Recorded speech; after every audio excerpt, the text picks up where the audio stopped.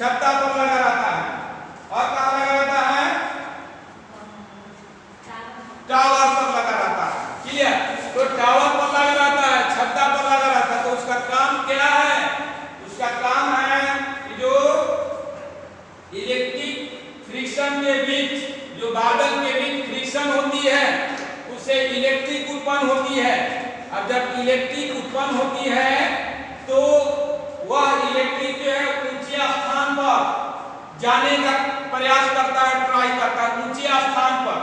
तो ऊंचे स्थान पर जाने का प्रयास करता है, तो ऊंचा स्थान जो ऊंचा घर होगा उसी पर जाएगा, और जाएगा तो उस घर को क्या करेगा? क्षतिग्रस्त कर देगा। उस घर को क्या करेगा?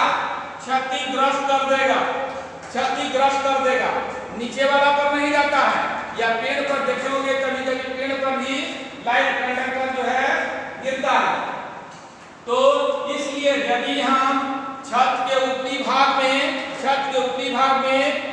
है ना, छत के ऊपरी भाग में पॉइंट त्रिशूल जैसा एक तांबा के छड़ को त्रिशूल जैसा बना देंगे और उसका कनेक्शन अक्ष से कर देंगे। उसका कनेक्शन क्या कर देंगे? अक्ष से। तो मान लीजिए कि तांबा के छड़ जो है घर के ऊपर में है, त्रिशूल जैसा नुकीला भाग है, और नुकीला भाग है तो उसका घर के ऊपर, छत्ता के ऊपर है, तो छत्ता का कनेक्शन क्या है? अक्ष से है। छत्ता का कनेक्शन क्या? अक्ष से, माने घर का कनेक्शन अक्ष से है। क्लियर? तो घर का कनेक्शन अक्ष से है। यदि उस पर बिजली गिरेगी, लाइट कंडक्टर क्या होगा? गिरेगा, तो उसको क्या करेगा? पृथ्वी में कर देगा। पृथ्वी में कर देगा। पृथ्वी में जाने के बाद जो है आपका घर जो है सुरक्षित जो है बच जाएगा। तो लाइट कंडक्टर का ये जो है घर को बचाने के लिए, घर के बचाने के लिए हम लोग क्या करते हैं? उपयोग करते हैं टावर को बचाने के लिए। लंबे लंबे टावर बना देंगे और ऊपर लाइट कंडक्टर नहीं लगाएंगे, है ना। ये पॉइंट वाले जो है पॉइंट वाले त्रिशूल नहीं लगाएंगे तो बहुत दिक्कत होगा। तो चलिए इसी के बारे में आज हम चर्चा करेंगे, इसी के बारे में हम डिस्कस करेंगे, है ना। इसी के कंसेप्ट को मैं समझाऊंगा। I will understanding on this concept means concept of point of action, तो my dear student, आप जानते हैं किसी भी सतह पर कोई कंडक्टर है और उसके कंडक्टर पर यदि हम चार्ज देते हैं तो वह चार्ज चारों तरफ फैल जाता है, चारों तरफ फैलता है। लेकिन वो फैलने की क्रिया क्या है? रेडियस पर डिपेंड करती है। किस पर डिपेंड करती है? रेडियस पर। तो ये सपोज दैट स्फीयर है, क्या है? स्फीयर है, गोलीय चालक है। तो गोलीय चालक है, ये गोलीय चालक है, और गोलीय चालक पर यदि हम चार्ज देते हैं, गोलीय चालक पर चार्ज देते हैं, तो ये चार्ज गोलीय चालक पर समान रूप से फैलेगा। क्यों समान रूप से फैलेगा? इसलिए कि गोलीय चालक की त्रिज्या हर जगह समान होगी। यहाँ से ये रेडियस होती है ना, तो यहाँ से इसकी दूरी, यहाँ से इसकी दूरी, यहाँ से इसकी दूरी, यहाँ से इसकी दूरी, यहाँ से इसकी दूरी, सब क्या होगी? समान होगी। सभी क्या होगी? समान होगी। इसलिए गोलीय चालक पर आवेश जो है समान रूप से फैलेगा। यानी गोलीय चालक के प्रत्येक बिंदु पर आवेश का पृष्ठीय घनत्व सरफेस डेंसिटी ऑफ चार्ज क्या होगा? सेम होगा। सरफेस डेंसिटी ऑफ चार्ज क्या होगा? ये सेम होगा। इस गोलीय चालक के प्रत्येक बिंदु पर आवेशों का पृष्ठीय घनत्व क्या होगा? समान होगा। क्यों समान होगा? क्योंकि इसका रेडियस क्या है? समान है। रेडियस समान है, हर जगह रेडियस r होगी। जानते हैं आप कि स्फीयर का रेडियस जो है क्या होती है? समान होती है। स्फीयर का रेडियस क्या होती है? वृत्त की त्रिज्या क्या होती है? सर्कल का रेडियस क्या होती है? समान होती है। सिमिलरली ये स्फीयर हो गया तो इसका रेडियस समान होगी। इसलिए इस पर चार्ज दिया जाएगा तो वह चार्ज जो है इस स्फीयर पर समान रूप से चारों तरफ फैल जाएगा, चारों तरफ से फैल जाएगा। इट मींस ये कह सकते हैं कि इस स्फीयर के प्रत्येक बिंदु पर आवेश का पृष्ठीय घनत्व it means surface of density क्या होगी? समान होगी। सरफेस ऑफ डेंसिटी क्या होगी? सरफेस ऑफ है ना डेंसिटी चार्ज क्या होगी, समान होगी, या ये हो गया। तो आप ये जान गए यदि रेडियस क्या होगी, रेडियस समान होगी, रेडियस क्या होगी, समान होगी, तो जो डेंसिटी ऑफ चार्ज है, डेंसिटी ऑफ चार्ज है आवेशों का जो पृष्ठीय घनत्व है वो समान होगा। अब चलिए इसी स्फीयर को हम नुकीला बनाएंगे, ऐसे बनाएंगे, इसी को ऐसे बना देंगे।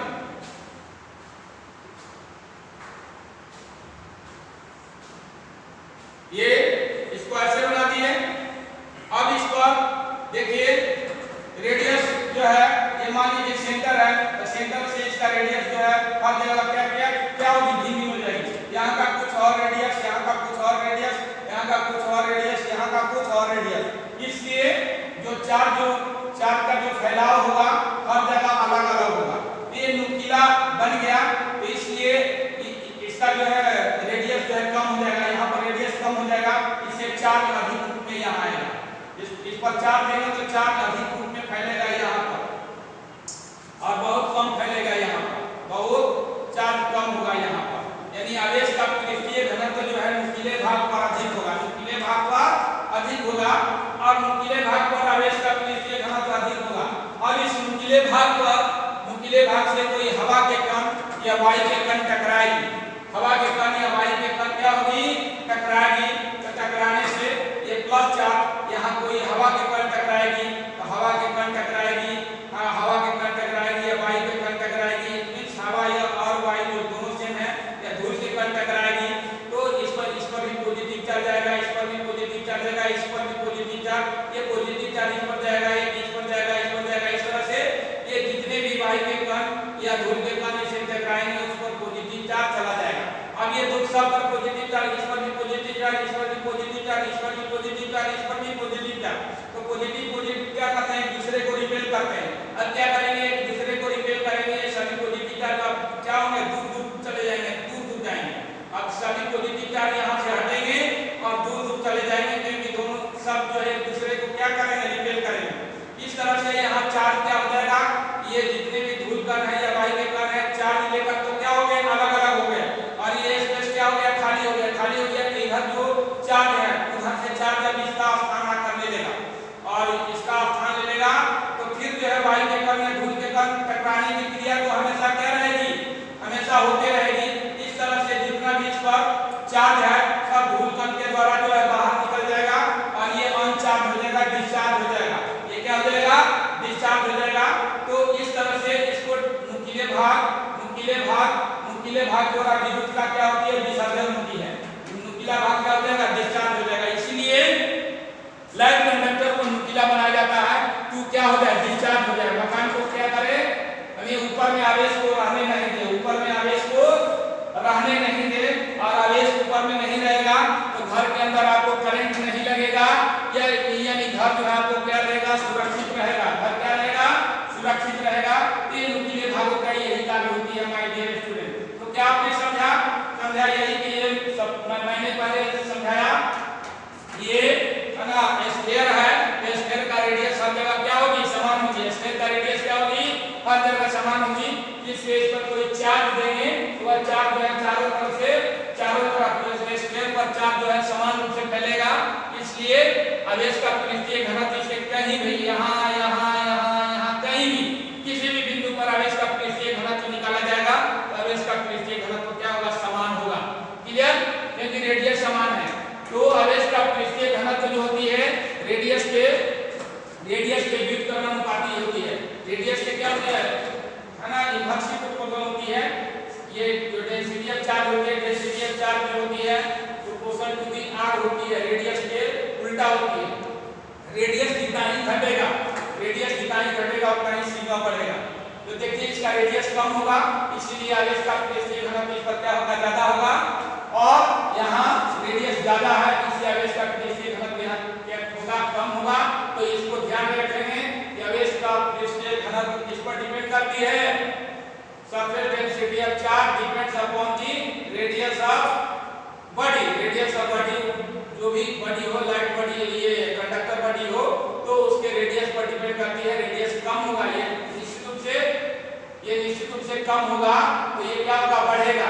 ये मान लीजिए कि हो जाएगा, ये 1 हो गया, 1 हो गया, रेडियस हो गया, क्या रेडियस हो गया 2, तो ये 0.5 हो जाएगा। ये क्या हो जाएगा, 0.5 होगा। ये हो जाएगा 5, क्या हो जाएगा 0.2 हो जाएगा। 0.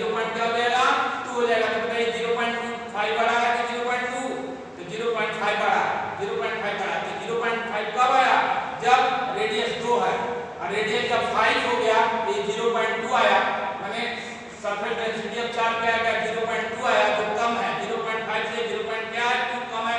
तो ये दिस इक्वेशन क्लियर है ना, जस्टिफाई, ये इक्वेशन जो है वो क्लियर जस्टिफाई करती है कि डेंसिटी ऑफ चार्ज जो है depend upon radius of the, है ना, रेडियस ऑफ दी कंडक्टर पर डिपेंड करती है। तो रेडियस जब कम होगा तो सरफेस डेंसिटी ऑफ चार्ज क्या हो जाएगा, सरफेस डेंसिटी ऑफ चार्ज क्या हो जाएगा, बढ़ जाएगा। रेडियस अधिक हो जाएगा तो सरफेस डेंसिटी ऑफ चार्ज क्या हो जाएगा, कम हो जाएगा। ये जहां बढ़ा जैसे ये है तो इसका जो है ये छोटा गोला बनाया जाए और एक बड़ा गोला बनाया जाए, ठीक है। छोटा गोला बनाया जाए तो छोटा गोला पर ज्यादा आवेश एकत्रित होगा, ज्यादा, बड़ा गोला पर कम आवेश एकत्रित होगा, क्लियर। तो उसी तरह से यहाँ रेडियस कम है, तो क्लियर हो गया। चलिए, तो इन बातों को कैसे लिखेंगे,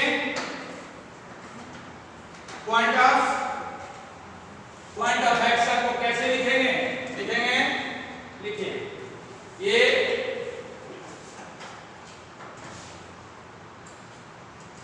हम जानते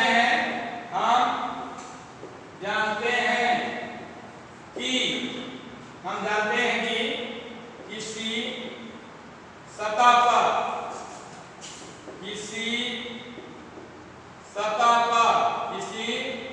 हम जानते हैं कि किसी कंडक्टर बॉडी पर चार्ज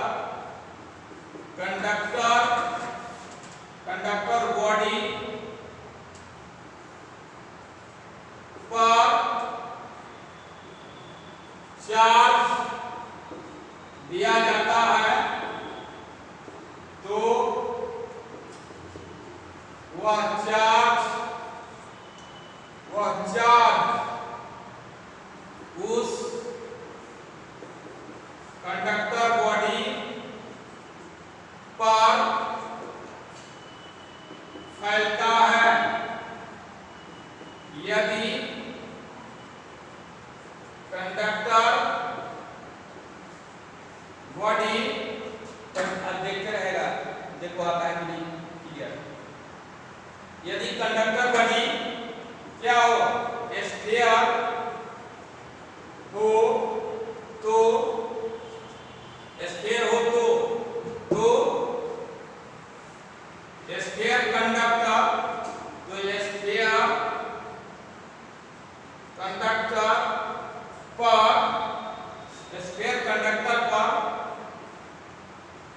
स्फीयर कंडक्टर पर चार्ज समान रूप से फैलता है। स्फीयर कंडक्टर पर चार्ज क्या होगा, समान रूप से फैलता है। क्योंकि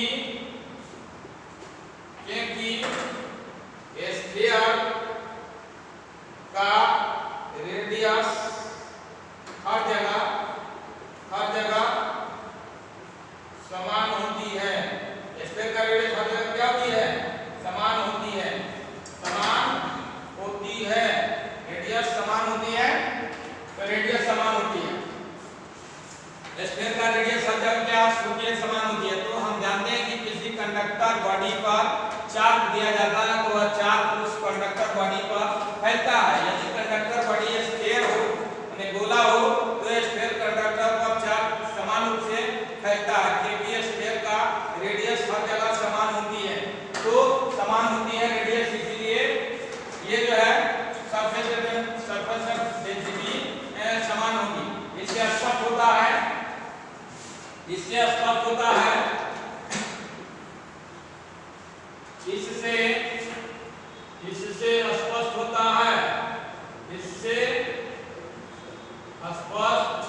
होता है कि इससे स्पष्ट होता है, क्या स्पष्ट होता है, इससे स्पष्ट होता है कि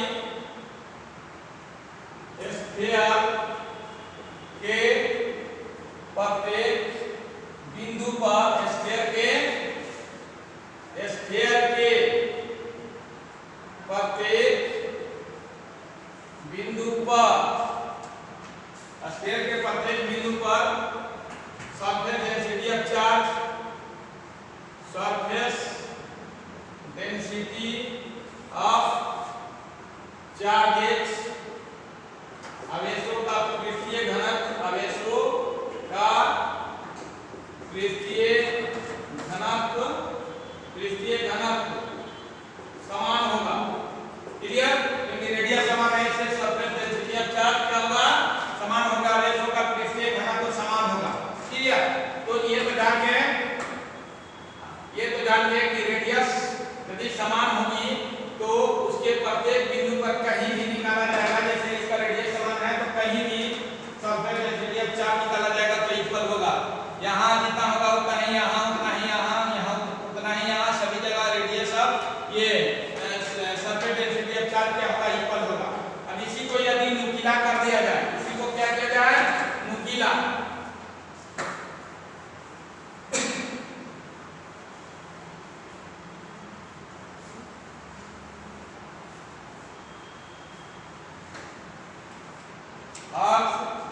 स्फीयर को यदि स्फीयर को नुकीला कर दिया जाए, नुकीला माने पॉइंट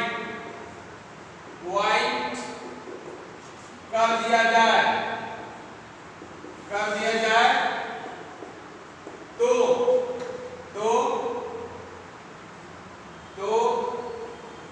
उसके हर जगह के रेडियस समान नहीं होगी, अतः सभी जगह चार्ज समान रूप से नहीं फैलेगा, चार्ज समान रूप से नहीं फैलेगा। अतः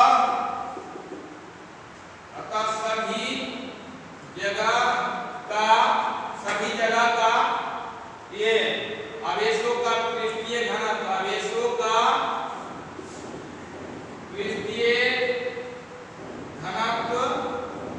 समान नहीं होगा। और आवेशों का पृष्ठीय घनत्व किस पर डिपेंड करती है? रेडियस पर। आवेशों का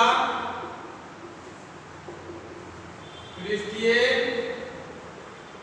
घनत्व, surface density of charge, surface density of charge, surface density of charge radius पर डिपेंड करती है, यानी sigma is inversely proportional to the R. ये sigma inversely proportional to the charge, sigma inversely proportional to the R. तो आवेशों का पृष्ठीय घनत्व त्रिज्या के, आवेशों के पृष्ठीय घनत्व त्रिज्या के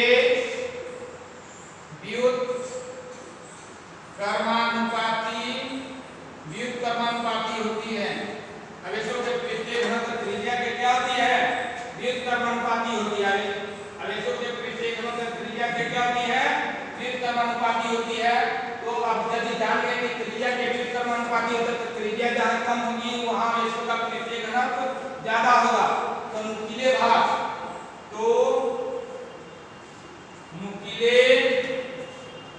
भाग के त्रिज्या कम होगी, अतः नुकीले भाग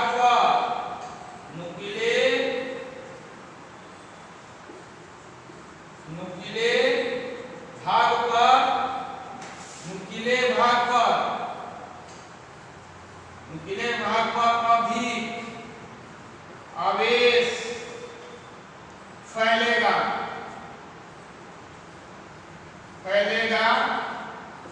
नुकीले भाग पर अधिक आवेश फैलेगा। और नुकीले भाग से जल्दी से इसको लिखेंगे। यदि इस स्फीयर को नुकीला कर दिया जाए, पॉइंट कर दिया जाए, पॉइंट कर दिया जाए तो उसके हर जगह के रेडियस समान नहीं होगी, अतः सभी जगह चार्ज समान रूप से नहीं फैलेगा, अतः सभी जगह का आवेश का पृष्ठीय घनत्व क्या होगा, समान नहीं होगा। इसके बाद मैंने ये लिखा है, तो जल्दी से इसका स्क्रीनशॉट लेंगे, जल्दी से सभी पॉइंट को नोटेट करेंगे।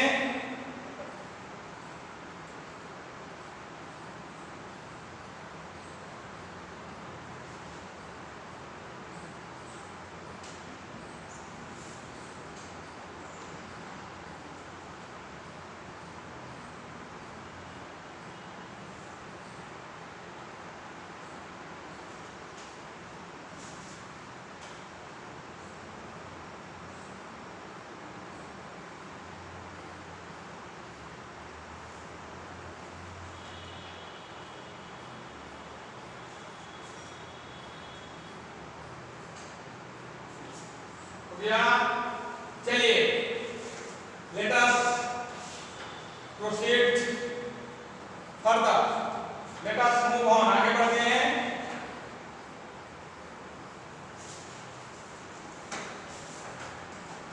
Understood?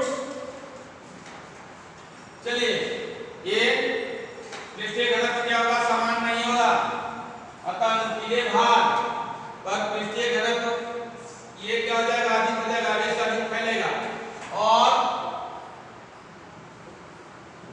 नुकीले भाग से हवा या धूल कण टकराते हैं तो नुकीले भाग पर उपस्थित आवेश हवा या धूल, हवा के कण या धूल कण भी लिख सकते हैं, हवा के कण या धूल कण पर चले जाते हैं और समान आवेश सभी पर समान आवेश जाने से सभी विकसित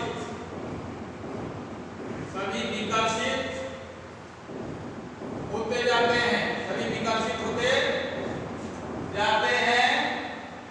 और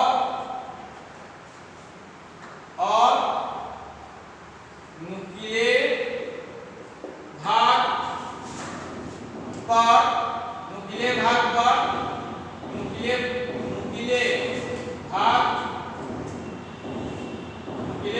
से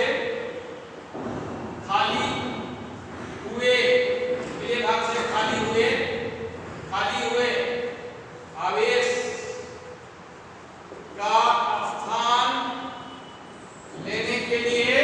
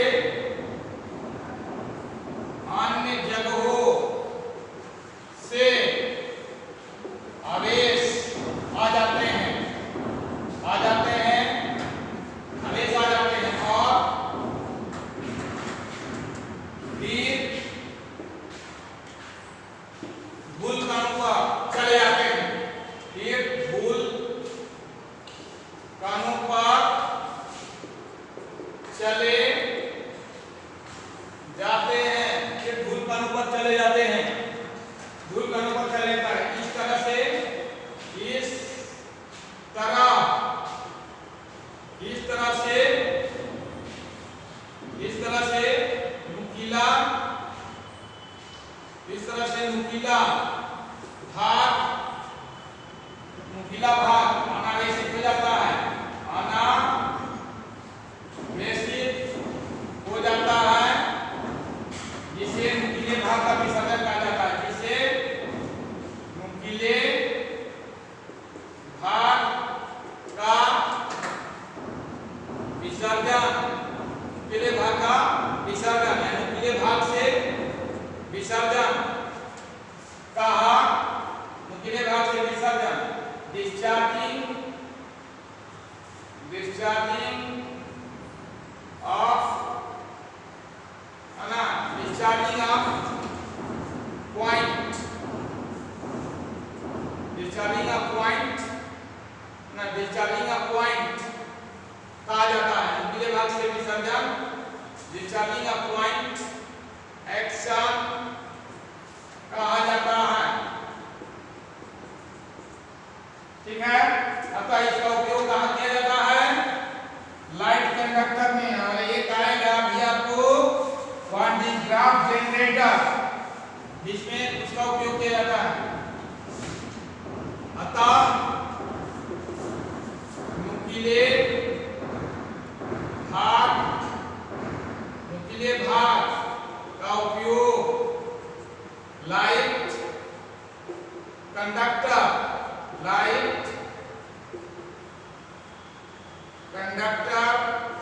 तड़ित चालक तथा वान डी ग्राफ जनरेटर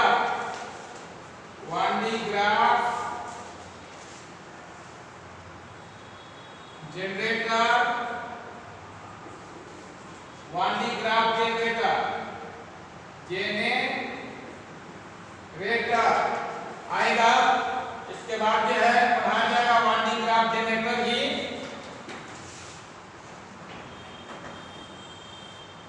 नुकीले भाग का उपयोग लाइट कंडक्टर तड़ित चालक तथा वान डी ग्राफ जनरेटर वान डी ग्राफ जनित में किया जाता है। तो माय डियर स्टूडेंट, क्या आपने सीखा नुकीले भाग से विद्युत विसर्जन कैसे होती है, नुकीले भाग से विसर्जन कैसे होती है, चार्जिंग ऑफ पॉइंट एक्शन कैसे होती है, ये आपने सीखा। और इसी का उपयोग नेक्स्ट क्लास में वान डी ग्राफ जनरेटर में किया जाएगा कि कैसे वान डी ग्राफ जनरेटर जो है चार्ज होती है, कैसे चार्ज होती है, कैसे चलता है, कैसे एक्सरे उत्पन्न होती है। वान डी ग्राफ जनरेटर जो होगा उसके द्वारा एक्सरे का उत्पादन होता है। एक्सरे का उत्पादन जो आप जानते हैं, एक्सरे टूटी फूटी हड्डियों का पता लगाया जाता है। खोखले भाग के शरीर के अंदर जो है कोई भी चीज छुपा हुआ है तो उसको भी पता लगाया जा सकता है बाई एक्सरे। और एक्सरे का उत्पादन जो है वान डी ग्राफ जनरेटर के द्वारा होती है। ठीक है, यह वान डी ग्राफ जनरेटर का उपयोग परमाणु विघटन में किया जाता है, क्योंकि परमाणु विघटन में उसका उपयोग किया जाता है। तो जो आवेशित कण है अधिक ऊर्जा प्राप्त करेंगे और अधिक ऊर्जा प्राप्त करेंगे तो ज्यादा अधिक मात्रा में क्या होगा, विस्फोट होगा वो। और विस्फोट होगा तो जहाँ पर परमाणु बम छोड़ा जाएगा उसको अधिक क्षति पहुंचेगी, अधिक क्या होगी, क्षति पहुंचेगी। तो ये वान डी ग्राफ जनरेटर का उपयोग है ना परमाणु विघटन में भी किया जाता है और ये जो एक्सरे उत्पादन में भी किया जाता है। तभी तो बाकी है वान डी ग्राफ जनरेटर कैसा होता है ना, और कैसे फंक्शन करता है, इसका स्ट्रक्चर क्या है, इसका बनावट क्या है, ये सारा चीज बताया जाएगा। और चूंकि वान डी ग्राफ जनरेटर जो है इलेक्ट्रोस्टैटिक मशीन होती है, स्थिर वैद्युत मशीन होती है, स्थिर वैद्युत मशीन। क्योंकि आप क्या पढ़ रहे हैं, इलेक्ट्रोस्टैटिक्स का क्या होता है, स्थिर। हम अभी स्थिर चार्ज का स्टडी कर रहे हैं और मूविंग चार्ज का स्टडी कब करेंगे, इलेक्ट्रिक करंट में। मूविंग चार्ज का स्टडी कब करेंगे, इलेक्ट्रिक करंट में। इलेक्ट्रिक करंट में मूविंग चार्ज का गतिशील आवेश का स्टडी किया जाता है। इसमें जितना भी पढ़े सब क्या है, सभी जो है स्टैटिक पोजीशन में हम स्टडी कर रहे हैं। तो उसी तरह से वान डी ग्राफ जनरेटर जो होगा मशीन होगा, स्थिर वैद्युत मशीन होगा जिसके द्वारा 10 लाख से 20 लाख वोल्ट तक के विभवांतर उत्पन्न किया जाएगा। 10 लाख से 20 लाख वोल्ट तक विभवांतर उत्पन्न किया जाएगा वान डी ग्राफ जनरेटर के द्वारा। तो वान डी ग्राफ जनरेटर का डेफिनेशन ये है कि वान डी ग्राफ जनरेटर जो है वैसा स्थिर वैद्युत मशीन है जिसके द्वारा 10 लाख से 20 लाख तक विभवांतर उत्पन्न किया जाता है। और इस वान डी ग्राफ जनरेटर को 1931 में बनाया गया था। 1931 में बनाया गया था और वान डी ग्राफ ने ही बनाया था, इसलिए इसका नाम पड़ गया वान डी ग्राफ जनरेटर। वान डी ग्राफ एक साइंटिस्ट है, फिजिक्स का साइंटिस्ट है जो वान डी ग्राफ जनरेटर को बनाया था। तो नेक्स्ट क्लास में इसकी चर्चा होगी, नेक्स्ट क्लास में इसका डिस्कशन होगा, नेक्स्ट क्लास में इसका कांसेप्ट बताया जाएगा। तो my dear student, that's all for the day, that's all for the day. See you in next video with some more stuff.